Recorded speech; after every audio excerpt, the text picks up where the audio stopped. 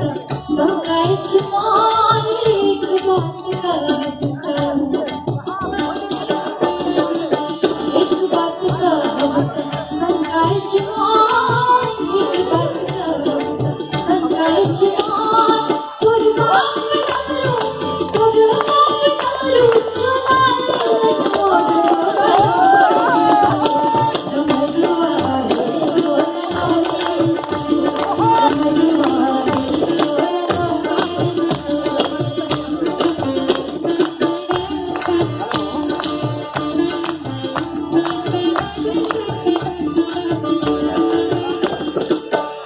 संसार में क्यों अपन नहीं हर के मायका के बुराई नहीं सुना चाहे छे।